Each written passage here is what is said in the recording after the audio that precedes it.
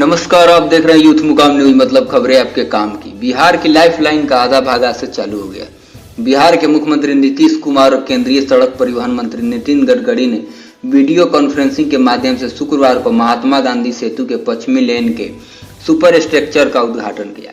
इस अवसर पर नितिन गडकरी ने कहा कि पटना में गंगा नदी पर नए 4 लेन पुल के निर्माण का कार्य इसी साल अक्टूबर में शुरू कर दिया जाएगा। उन्होंने कहा कि विक्रमशिला पुल के समानांतर नए पुल और भोजपुर बक्सर गंगा पर पुल का निर्माण भी 2 महीने में शुरू कर दिया जाएगा। उन्होंने यह भी कहा कि गांधी सेतु के पूर्वी लेन के सुपर स्ट्रक्चर का काम भी 18 महीने में पूरा कर लिया जाएगा। वहीं मुख्यमंत्री नीतीश कुमार ने केंद्रीय मंत्री से आग्रह किया कि Mokama Munger NH80, Muzaffarpur Barauni NH28, Muzaffarpur Sonbarsa NH77 को 4 लेन बनाया जाए।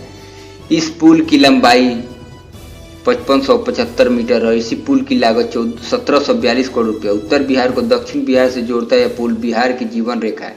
इसके निर्माण से बिहार को तेज आर्थिक सामाजिक विकास को बल मिलेगा। बता दें कि गांधी सेतु के जीर्णोद्धार का कार्य 3 वर्ष पूर्व जुलाई 2017 में शुरू हुआ था। शुरुआती दौर में विभिन्न प्रकार की आपत्ति प्राप्त करने में समय लगा। यातायात प्रबंधन की भी एक समस्या थी। सरकार ने उचित ट्रैफिक प्रबंध कर मात्र 2 लेन से ही आवागमन का प्रबंध किया और 2 लेन का पुनरुद्धार कार्य जारी रखा। जीर्णोद्धार कार्य में ध्यान रखा गया कि पुराने पुल का मलबा गंगा में न गिरे। पुराने पुल के सुपर स्ट्रक्चर के सारे मलबे को क्रश कर वैकल्पिक उपयोग किया गया। आवागमन के लिए खोले जा रहे पश्चिमी लेन के अवसर पर उप मुख्यमंत्री सुशील कुमार मोदी भी उपस्थित थे। सेतु के चारों लेन के पुनरुद्धार में कुल 66,360 मीट्रिक टन स्टील का उपयोग किया जाना है। पूर्वी छोर के 2 लेन के जीर्णोद्धार के लिए आवश्यक स्टील में से आधी मात्रा की खरीद भी की जा चुकी है। पूर्वी लेन का जीर्णोद्धार कार्य 18 माह में पूरा कर लिया जाएगा। आने वाले दिनों में पुल के चारों लेन पर गाड़ियां फराट्टा भरने लगेंगी और नागरिकों को बड़ी सुविधा होगी। पहले चरण में संपूर्ण अपस्ट्रीम लेन के यातायात को वर्तमान डाउन स्ट्रीम लेन में मोड़ दिया गया। महात्मा गांधी सेतु के भार को कम करने के लिए हल्के वाहनों के लिए पास में एक पीपा पुल का निर्माण भी कराया गया। अपस्ट्रीम लेन के निर्माण के समय भारी यातायात को राज्य सरकार द्वारा बहुत सुचारू रूप से प्रबंधन किया गया। इन सारी व्यवस्थाओं को करके अपस्ट्रीम पुल को तोड़ने का काम प्रारंभ किया गया। वर्तमान पुल 121 मीटर प्रति स्पैन पाट के हिसाब से 46 पाटों में फैला है। इनमें से 26 सूखी भूमि पर, 10 मौसमी बहाव क्षेत्र में और शेष 10 पानी के ऊपर है। महात्मा गांधी सेतु पवित्र गंगा नदी पर बना है, जो एक संवेदनशील क्षेत्र है।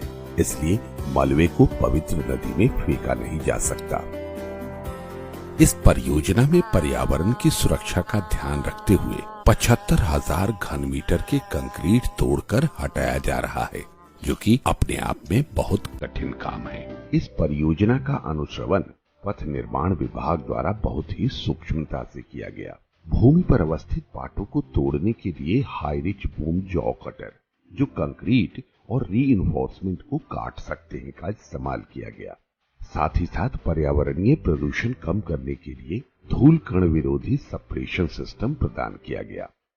भूमि और जल पाटों से कंक्रीट के टुकड़ों को एकत्रित कर लिया जाता है और मलबा संभालने वाले यार्ड में भेज दिया जाता है, जहां उन्हें आकार बदलकर फिर से प्रयोग के लिए वर्गीकृत कर लिया जाता है और जिसका पर्यावरण पर कम से कम प्रभाव पड़े। तोड़ने के बाद नए सुपर स्ट्रक्चर को सहारा देने के लिए बचे हुए पायर पर परिवर्धित पायर कैप का निर्माण किया गया है। उसके बाद स्टील के नए सुपर स्ट्रक्चर, जो प्रत्येक 720 टन के हैं और जिसमें देश के अलग अलग स्थान पर बनाए मेंबर हैं, को जोड़ा और पायर कैंप के बीच खड़ा किया गया है। इस स्ट्रक्चर में हाई स्ट्रेंथ स्टील का इस्तेमाल किया गया है, जैसे कि भारत भर के दूसरे पुलों यथा रेलवे ब्रिज जैसे चेनाब रेलवे ब्रिज जम्मू और कश्मीर, जेपी सेतु रेल सह सड़क ब्रिज पटना बिहार, बोगीबिल रेल सह सड़क ब्रिज परियोजना असम में उपयोग हुआ है। इस स्टील को इस प्रकार बनाया गया है ताकि नए पुल की जीवन अवधि 100 साल की हो। नए सुपर स्ट्रक्चर को खड़ा करने के लिए 66,360 मीट्रिक टन का स्टील और लगभग 25 लाख नट बोल्ट का इस्तेमाल हो रहा है। भूमि के ऊपर ट्रसेस को खड़ा करने के लिए ग्राउंड सपोर्ट सिस्टम का इस्तेमाल किया जा रहा है। जल क्षेत्र के पाटों के लिए कैंटिलीवर इरेक्शन मेथोडोलॉजी का इस्तेमाल बिना किसी तल के सहारे के स्टील ट्रस को खड़ा करने के लिए किया जा रहा है। उसके बाद स्टील सुपरस्ट्रक्चर के ऊपर आरसीसी डेक और वेयरिंग कोट का निर्माण किया जा रहा है। अग्रणी अभियांत्रिक मानकों का इस्तेमाल करके नया सुपर स्ट्रक्चर महात्मा गांधी सेतु के जीवन को बढ़ा देगा। इस परियोजना का पहला चरण, जो कि अपस्ट्रीम है, की शुरुआत 15 जून 2017 को हुई थी और 3 साल पूरा होने पर यातायात के खुलने के लिए पूर्ण हो चुका है। परियोजना के दूसरे चरण में डाउन स्ट्रीम पुल को 18 महीनों में पूरा किया जाना है। यह एक ऐसी परियोजना है जो बिहार की महत्वाकांक्षाओं की प्रतीक है और महात्मा गांधी सेतु का पुनरुद्धार उसे अपनी पुरानी गरिमा प्रदान करेगा। हमारे देश का इस प्रकार की टेक्नोलॉजी का उपयोग करके इस पुल को पूरा किया हमने, ये पहला पुल है और इस पुल ने देश को भी सिखाया है, अधिकारियों को भी सिखाया है और मुझे भी बहुत सीखने के लिए मिला है। मुझे याद है कि जब से मैं मंत्री बना तब से बिहार के सांसद, विधायकगण, मंत्रीगण, मुख्यमंत्री, उप मुख्यमंत्री लगातार इस पुल के बारे में मुझे बार बार कहते थे और स्वाभाविक रूप से एक आश्चर्यकारक उसमें प्रश्न था जो मैं करता था कि नीचे के पिलर मजबूत है और ऊपर का भाग कैसे डैमेज हो गया, इसमें टेक्नोलॉजी में क्या हुआ है। और इसका जवाब अधिकारियों से समाधानकारक नहीं मिलता था और मैं भी इसमें चिंतित था कि ये कैसे सुधारे। और जैसे कहा गया, ये बिहार की एक लाइफलाइन है क्योंकि उत्तर और दक्षिण बिहार दोनों के बीच में जाने के लिए हाजीपुर, छपरा, मुजफ्फरपुर, समस्तीपुर, दरभंगा, मधुबनी, सीतामढ़ी, सिवान और ईस्टर्न यूपी, ये नॉर्दर्न साइड में है और सदर्न साइड में पटना, आरा, अरवल, जहानाबाद, नालंदा, गया, औरंगाबाद और झारखंड।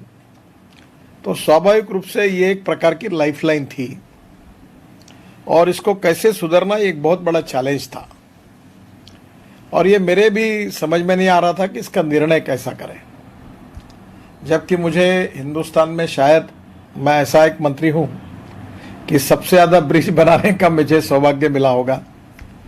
मैंने समुद्र में वर्ली बांद्रा सीलिंग प्रोजेक्ट करके मुंबई में एक बहुत सुंदर ब्रिज बनाया जो मेरे कार्यकाल में बना है और 55 उड्डान पुल बनाने का सौभाग्य मिला जब मैं महाराष्ट्र में मंत्री था।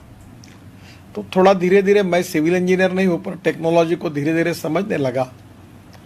पर इस ब्रिज के बारे में जो समस्या आई थी ऐसी आज तक कभी आई नहीं है और इसलिए इस समस्या का समाधान कैसे करना, इसके बारे में वर्ल्ड के काफ़ी इंटरनेशनल कंसल्टेंट से इंटरेक्शन भी हुआ है। अब जरूर हमारे डिपार्टमेंट को आज कहूँगा कि एक बार इस पुल के बारे में जो जो प्रश्न, समस्याएं, स्टडी, रिसर्च, टेक्नोलॉजी रिसर्च हुआ है, इसका एक किताब तैयार करेंगे ताकि आगे आने वाले हमें भविष्य के इंजीनियर्स को और पीढ़ी को इसका मार्गदर्शन मिलेगा। इसमें मैं एक बार बेल्जियम और जब यूरोप में गया था तो एम्स्टर्डम और नॉर्थर्न रॉटरडैम, तो मैंने एक देखा कि रॉटरडैम में समुद्र के अंदर एक इमर्स ब्रिज किया है, टनल बनाई है और वो पानी के अंदर से जाती है, नीचे से। तो आने के बाद मैंने कहा कि ये क्यों नहीं हम करें, ये ब्रिज को ये हाथ लगाने के बजाय गंगा के नीचे से हम लोग इमर्स टनल बनाए और उससे जाए। और वो जो कंसल्टेंट थे, जो यूरोपियन थे, उनके कंपनियों को भी यहाँ लाया गया और वो पटना आए और उन्होंने उसका भी अध्ययन किया और बाद में उसकी कॉस्ट और टेक्नोलॉजी की बहुत ज़्यादा आई। आज हमारे डिपार्टमेंट के एक अच्छे इंजीनियर है, वो बिहार के ही भूमिपुत्र BN सिंह करके रिटायर्ड हुए हैं, अभी DG थे, पहले NHI में मेंबर भी थे और टेक्निकली काफ़ी जानकार भी थे। और मेरी उनकी कम से कम 5-7 बार मीटिंगें होती थी और मैं कुछ कन्विंस नहीं होता था। और फिर इसके बाद IIT रुड़की की भी हमने मदद ली और कम पैसे में मजबूत और आने वाले 100 साल के लिए कैसे ब्रिज बने या लाइफलाइन के रूप में, इस पर अंतिम निर्णय हुआ। और ये जो टेक्नोलॉजी है ये भी एक प्रकार से पहली बार इस प्रकार का उपयोग हमारे देश में हो रहा है। और आगे भविष्य में जब बड़े बड़े ब्रिज इस प्रकार की अगर समस्या आएगी तो उनके लिए दिशा दर्शक भी होगा। इसकी कीमत 1742 करोड़ रुपए है और आधा ब्रिज जो है ये निश्चित रूप से आज ओपन हो।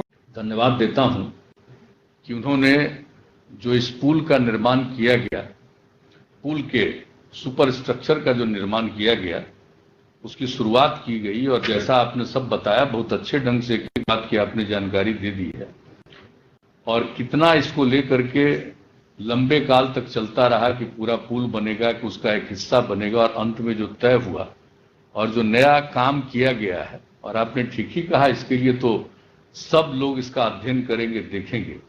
तो उसका एक हिस्सा जो पश्चिमी हिस्सा है हमारे गांधी सेतु का, उसका ये काम पूरा हो गया और दूसरे हिस्से पर काम हो जाएगा।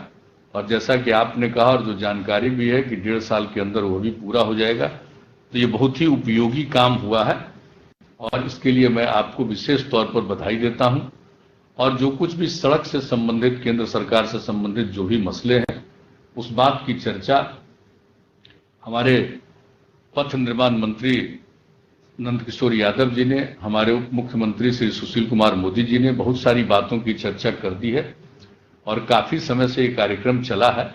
इसलिए हम अन्य लोगों का अब समय और ज्यादा लगाना नहीं चाहते हैं, इसलिए मैं उनकी बातों का समर्थन करता हूं। और आपने बहुत सारी बातों का जिक्र किया, वो ठीक ही है, इसके लिए तो हम सब लोग प्रयास कर रहे हैं। और कई चीजों के बारे में जो आदरणीय प्रधानमंत्री जी ने जो ऐलान किया था, जो उनका पैकेज के रूप में जाना जाता है, जिसकी चर्चा हमारे नंदकिशोर जी ने की है, सब लोगों ने बताया है, उसके बारे में जो काम हो रहा है और आप इस काम को कर रहे हैं, इसके लिए विशेष तौर पर मैं आपको बधाई देता हूं। और अभी आपने चर्चा कर दी कितने पुलों के बारे में जो आप लोगों ने काम शुरू करने का निर्णय ले लिया है। कई का टेंडर हो चुका है, फाइनलाइज हो चुका है, कुछ का टेंडर होने वाला है, आपने उसको कर दिया, जिसकी चर्चा आपने की। इसके लिए मैं विशेष तौर पर चाहते हैं हर जानकारी से अपडेट, तो हमारे चैनल को जरूर सब्सक्राइब कर ले प्लीज प्लीज, और बेल आइकन दबाना एकदम ना भूले। न्यूज़, शिक्षा, नौकरी, टेक्नोलॉजी से जुड़ी सारी खबरें व ट्रिक्स सिर्फ यूथ मुकाम।